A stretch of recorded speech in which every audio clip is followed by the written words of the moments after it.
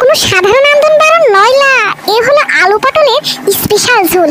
সেটা এই গরমের দিনে হেবি স্বাদ লাগে। আরে বাপু আমি মস্করা করি তিনে, তোমরাই বলো এই গরমের দিনে অন্য তরকারি ভাল লাগে? আলু পটল লাউ এগুলো বেশি ভাল লাগে না? আমি প্রায় প্রত্যেকদিন দুপুর বেলায় আলু পটলের ঝোল করি, আর সেটাই তোমাকে একটা দেখাবার চেষ্টা করেছি আর কি। পয়লায় আলু পটল এরকম করে ভাইজালি আমি আবার এই ঝোল করার আগে, তাহলে এই ঝোলটা আরো বেশি স্বাদ হয়। তারপরে ওই ভাজনা, আমি তো আগেই বলেছি বাবু ভাজনা ছাড়া আমরা তরকারি শুদ্ধ করতে পারি না। এ দেখো ভাজনা করে লয় লাগবে জিরে দিয়ে এরকম করে পেঁয়াজ পুরাই আর কি। তো দেখো ভাজনাটাও হয়ে গেল। সব তরকারিতে আবার এই ভাজনা দিলে ভাল লাগে না, কিছু কিছু ঝোল আছে ভাজনাটা দিলে ভাল লাগে, আর বাকি সব আছে আমি কিছুটা জিরে দিই আবার কিছুটা নাও দিই। আরে দেখো ফ্রিজের থা স্পেশাল মাছ, আমারে তো আবার ফ্রিজের মানুষ আমরা, তাই কিনে ফ্রিজের থা মাছ টাটকার কই পামু বলো? ফ্রিজের থা মাছের কোনো স্বাদ আছে?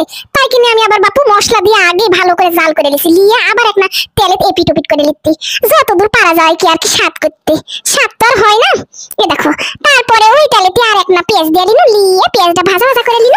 এখন দিয়ে দেবো ময় মশলা, পয়লা দিন না আদা রসুন, তারপরে দিন না ঝালের গুঁড়ে, তারপরে একটা হলদির গুঁড়ে, আর দিন একটা জিরা বাটা। আমি পাটাতি বেটে দিচ্ছি। এখন সব ময় মশলা ভালো করে তেলে কষে তারপরে দিয়ে দেবো ভাজা আলু পটল, দিয়ে অল্প একটা নাড়া সাইডে ঢেকে দেবো, মশলাটা মজবে আর কি। দেখো মজানো হয়ে গেছে। এখন আমার মাছ জাল একটা ঝোল আসলো, তাকে দিয়ে দিব, দিয়ে নাড়া সাইডে এখন একটা ঢেকে দিব, দিয়ে তোলে লাগা লাগা যখন শব্দ শুনতে পাবো তাড়াতাড়ি তখন ঢাকনাটা তুলে দিয়ে দিছি। এক বালতি পানি গরম পানি দিছি, আমি প্রায় তরকারি গরম পানি দিয়ে আনদি, তাহলে মশলার ঘিরানটা ঠিক থাকে আর কি। এ দেখো বলক উঠে গেছে, আমি ভাজা মাছগুলো দিয়ে নিলাম, দিয়ে নিয়ে এখন ঢেকে দিয়ে হিব্বি তাকে একটা বলক তুলবো। আমার মায়েরা বলে তুলো এই শেষে তরকারি বলক যত ভালো হয়ে তুলবে তত নাকি তরকারি স্বাদ স্বাদে ভরে যাবে। দেখেছেন হিব্বি তাকে বলক উঠেছি, এখন নাড়া চাড়া আমি নামাই নিবো আর কি। আমার তরকারি আমরা শেষ।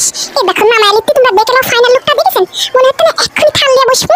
আরে থামো থামো, দিব এখন দেখো ভাজনা দিয়ে নিয়ে তরকারিটার ঘিরান আরো মজবুত করে নিবো, তারপরে খাবো।